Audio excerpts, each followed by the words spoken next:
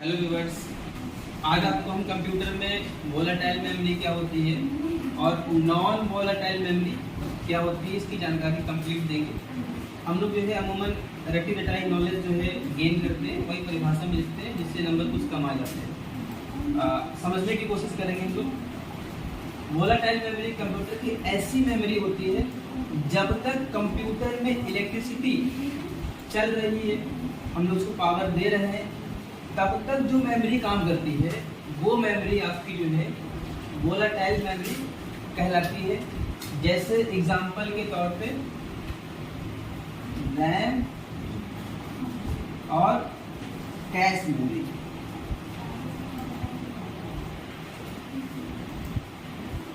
और रैम हमारे जो है दो प्रकार के होते हैं, जैसा सभी आप जानते हैं, हमारी पिछली वीडियो में डाला भी होगा, एस रैम और डी रैम। अब ये कुछ एग्जांपल ऐसे हैं जिनमें जो है डेटा स्टोर तो होता है, लेकिन जब तक कंप्यूटर में पावर रहता है और पावर जाने के बाद जो है रैम हो या एस रैम या डी रैम हो, ये पावर जाने के बाद जो है अपना डेटा खो देती है। अब जो भी हम लोग कंप्यूटर में काम करते हैं, फॉर एग्जांपल जैसे मॉनिटर हमारा है, इस पर हम जो भी लिख रहे हैं ये इस वक्त जो है रैम पर लिख रहा है, रैम पर काम हो रहा है। और लाइट जाने के बाद अगर हम इसे सेव नहीं करते हैं, कंट्रोल एस करके फाइल को सेव नहीं करते हैं, तो जो भी हम लोग काम कर रहे होते हैं वो सारा डाटा जो है ऑटोमेटिकली इरेज हो जाता है।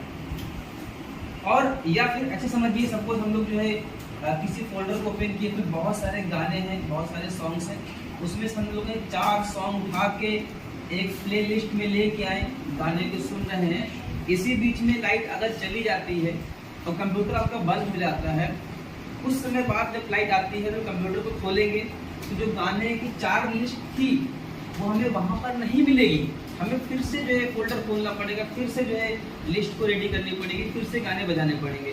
तो वो उस वक्त जो काम हो रहा होता है वो रैम पर हो रहा होता है। यानी रैम हमारा जो है तब तक काम करेगा, रैम की जो मेमोरी है वो तब तक काम करेगी जब तक कंप्यूटर में इलेक्ट्रिसिटी चल रही होती है, पावर हो रहा होता है, तब तक जो है हमारा वोलेटाइल मेमोरी काम करती है। अब आते हैं नॉन वोलेटाइल मेमोरी में। जस्ट इसका उल्टा हो जाएगा, जस्ट अपोजिट हो जाएगा। यहाँ पर क्या है कि लाइट जाने के बाद भी जब तक